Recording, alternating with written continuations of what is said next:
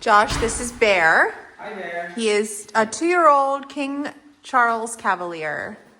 We've trained a couple others of this breed, but this is the first male. Remember we had Matilda and Eloise? Oh yeah. Really sweet dogs. Look at him. Okay, so he's not showing it right now, but the main problem is his scream, barking, and shrieking. Oh, screaming. Yes. Screaming? She basically can't really take him on a walk because not only is he pulling really hard, but he's barking at literally anything that moves really loud, like the whole time. At the drop-off, he was barking from the car as we were doing Lulu's drop-off. Once he got out of the car, he would bark at cars that drove by. As I was talking to his owner, he was barking the whole time at me. Jumping, a lot of jumping. Not responding at all to his name or any commands, not listening at all. And, you know, despite him being really sweet, it can be frustrating. She wants to be able to actually do stuff with him. All over the car. She was like, it'd be great if he could lay down in the car. It'd be great if I could walk him. He cannot be off leash at all. He would be gone. He doesn't respond to any commands at all. He would be a huge flight risk if he got off the leash. And so she's actually been looking forward to this for a long time. She actually saw our training in action when she went to Pandora's house for weird connection. I know, the Connie Corso. Right. Pandora was inside on place. Oh, okay. Yeah, so that was kind of cool. But yeah, he's a very sweet dog. He's very cute. Because this breed is so cute, they tend to get away with a little bit more. But his is so extreme, like he literally can't be walked. You're a bad boy? Look at that face. He's so cute. They're the only breed where Grinch paws are acceptable. They look like little mops.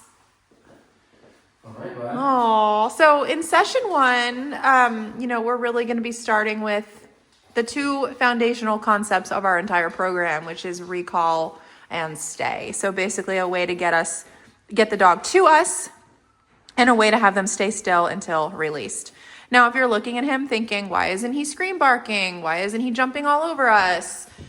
Oftentimes when dogs are placed in a new and strange environment, some dogs will start acting the way they always do, screaming, jumping, lunging. And other dogs are feeling a little insecure. They don't know where they are. They might think they're at the vet. They might think they're at the groomer. And so they're not showing their true self, but don't worry, it'll come out in a couple days. It always does, right, Josh? Yeah, I mean, it might come out right now. It might come out. You never know. But right now he's like, where am I? Where's my mom? I don't have my pack.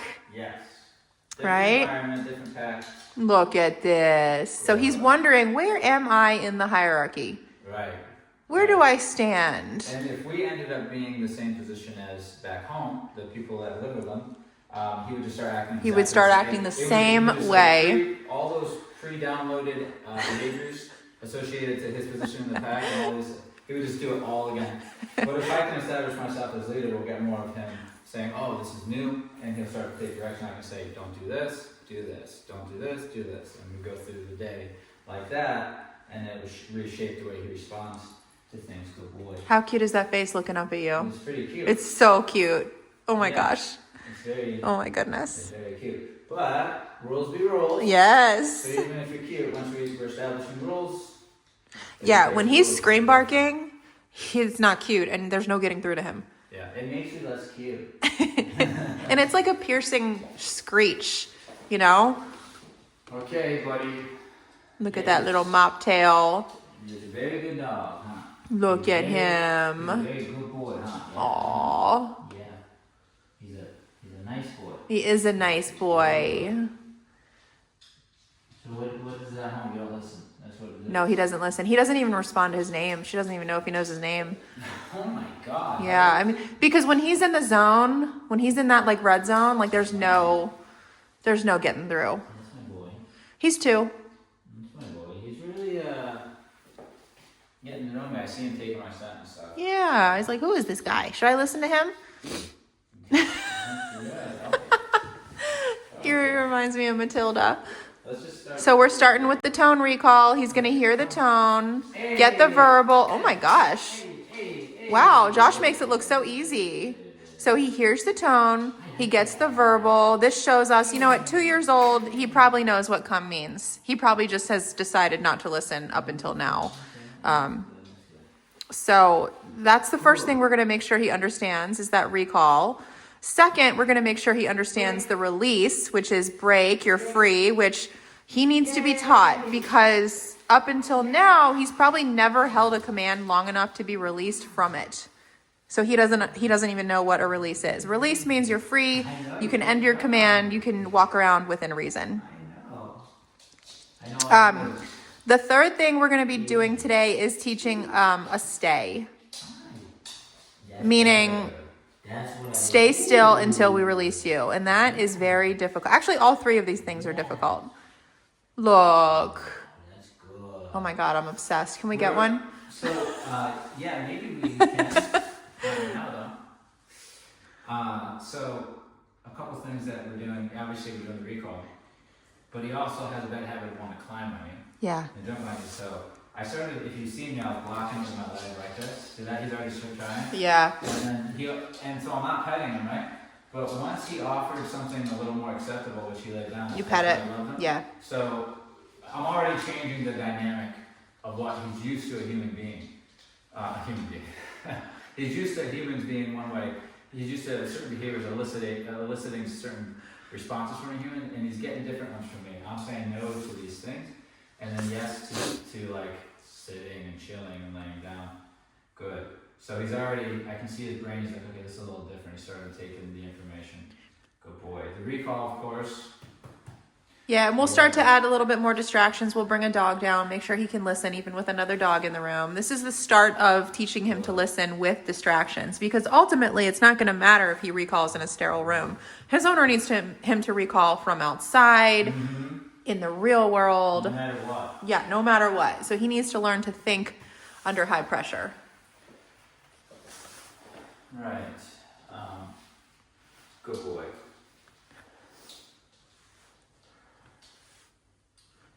That's very good. Yes, that's good. Yes, I see you keeping yourself from jumping there. I see that. Boy, you good boy. Good. So he probably hasn't even been in this mode at home where he's paying attention to what you're saying. So he's actually, when he's looking at me like this and he's giving me those eyes like that, he's asking me, what should I be doing? Which is probably not a state he's usually in. All right? Good. That's good. Oh, that's cute. So now I have to... The stay is going to be hard for him because he wants to be at your feet all the time.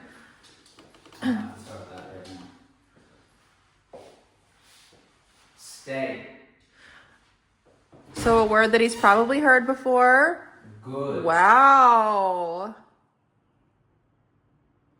Break. Whoa, good boy. He'll learn from the other dogs too. Good job. Yay. And then he'll get a recall in from the outside. Yay. So far he's doing really well. All right, we're gonna recall him in from outside. Beep. Verbal.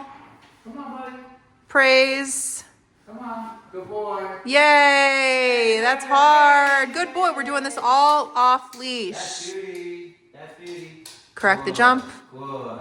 He's like, I did it. I did it. Oh my God, I did it. And now every time, if he were to walk away, he gets recalled back. This is how we also start to build the stay. So all of this is foundational work. We do not ever move on until the dog has the foundation set. Just like you'd be building a house.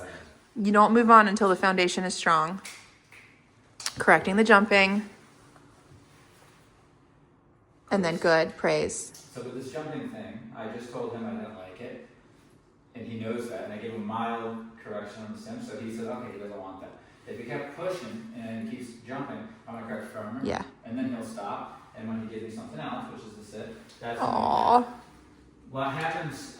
So we're, you know, he's downloading all this information saying these are the responses this person likes and doesn't like. So I'll end up getting, when he wants to have a sit or relaxation, But at home, not necessarily just him, pack, Yes. right? Or Or they try to get him to stop, but it's not communicating to the dog correctly. because another thing about jumping, same with barking, is these behaviors are self-rewarding. So even if you don't reward it, it's already rewarding. And what do rewards do? Make it happen again, Yeah. and again, more and more and more. So jumping is fun. I keep jumping. Barking is fun. This is a very simple way of putting it. I keep barking, right? If I disagree with it as a leader and I can tie a correction to it that's valuable, meaning it will be firm enough if he keeps pushing, he'll let it go, he'll stop, he'll get his rewards doing alternative behavior, and guess what goes away? Barking goes away, jumping goes away, pulling goes away. Anything that is driving us nuts, right? And is unhealthy. In the end, it's unhealthy for the dog's brain too.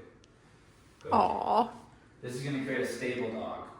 Give him a little mohawk. Good. You need a mohawk. You need to look like a gremlin. It's so cute. Oh my gosh. Good. Okay. Stay. Wow. In the beginning, I gave him a reason to stay. You know, I have something I'm looking at over here. See?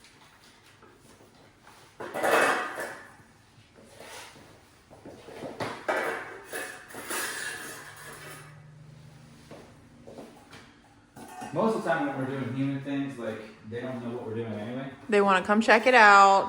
They don't understand. I could be folding laundry, I could be doing dishes, I could be picking something up. They don't really know exactly what they're doing. They just, obviously they want to be a part of everything. So if I say stay, and I come over here and fiddle with some stuff, And he walks over. right, or even this. He walks away. We stay. just stay means hold still. It's very easy to elicit.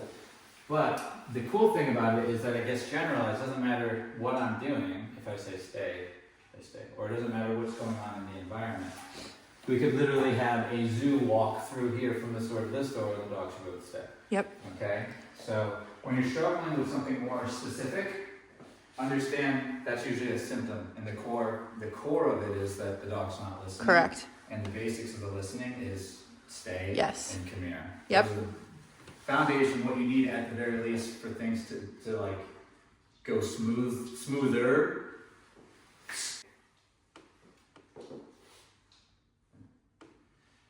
Yes, so the foundation is to stay or to come here. Okay. It's unbelievable how when you say stay, so many of these dogs they just don't care to listen at all. You literally say stay and they just start walking towards you anyway. Or wait. They have or no, something like that. they just don't think listening is necessary until you prove otherwise. Right. Now, let's say I'm not a human and I'm a dog and I'm eating food right here. And then you get within my personal space. That dog It's gonna get attacked. He might give you a growl or a bark to warn, but if you get any closer, It's going to attack. physical Yeah. correction. And the dog doesn't feel bad at all. No, because if they felt bad, they'd be dealing with the same dilemma as we are. Yes. in the species. Struggling. Right? So Yep. that's all designed so that there is a hierarchy, so basically the ones who are best at surviving procreate, and the species can survive that way. If all the ones who are the worst at surviving are the ones that procreate, you can see what I'm saying. It's just how it's set up. So you'll see a pack of them, they fight over resources. Even though they might be a pack, they're still going to correct each other. So the reason why I'm bringing that up is because the method that his natural world, his natural relatives would be doing would be correcting. There'd be a lot of correcting to establish boundaries. And if the boundary is broken, then you'll see the pack members correct. Yep. Okay? And that's when people call us, my dogs are fighting. I don't know why. They're not always just fighting. I mean, it looks like a fight, but a dog who's fighting another dog to like injure them and like send them away or kill them looks a lot different than two pack members who love each other like a family correcting one another. It's different. So, and the dogs can understand that. That's why you can see a dog correct another dog and then their buddy 5 minutes later in a different situation. Or a dog, here's another one that people don't see usually, is a dog corrects the human, biting them, correcting them, maybe even an overreaction, but then a minute later they're getting along. Cuddling, Like, I yeah, don't get it. I Does he know. not like me? It's not if he likes you or not like you. They don't have the moral hiccup of, is it right or wrong to correct? Right. Is it right? They don't go there. They just say, here's a boundary. If I can establish it and it benefits me, I'll set it, right? Now, certain dogs, because we've bred them so much, Ever aggressive. good. This is new for him.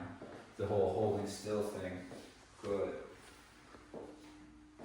Wow. Look at all the information he's taking in.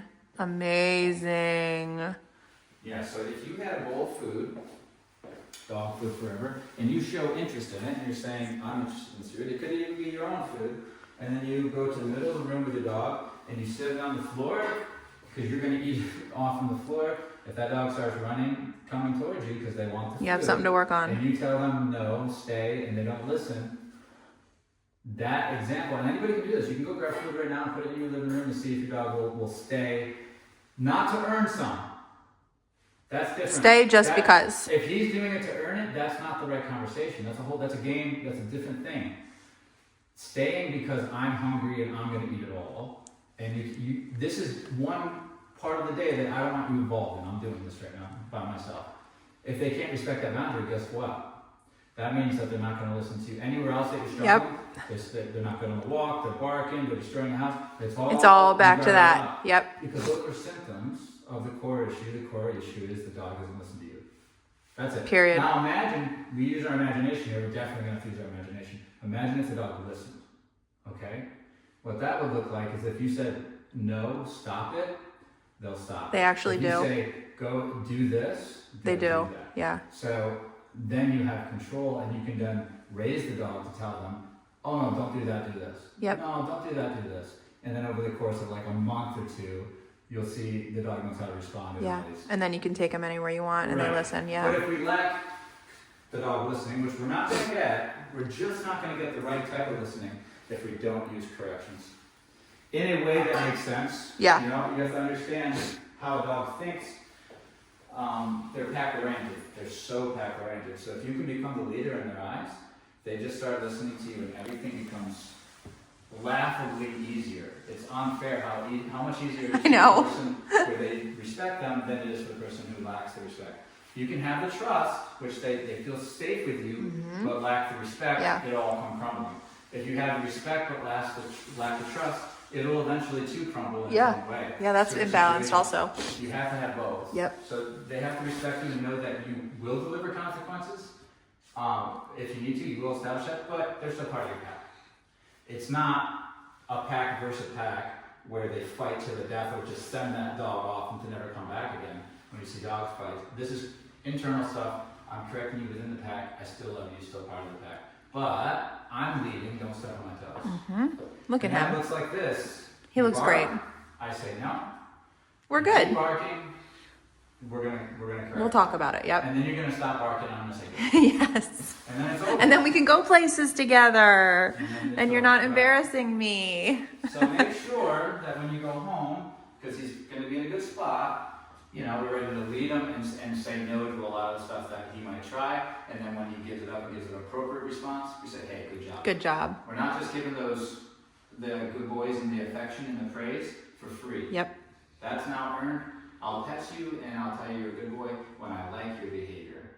If I don't like your behavior, I'm not gonna say, you know, I'm not just gonna try to soothe you and pet you. I'm gonna say knock it off. So you have to take that position, and you'll get a stable guy who listens. Wow. Good. Alright. There. Break. Good boy. boy. He's learning that release. Good job, buddy. You did it. Wow. Little rugrat. Little rugrat. Aww. Wow. Beautiful. Yay.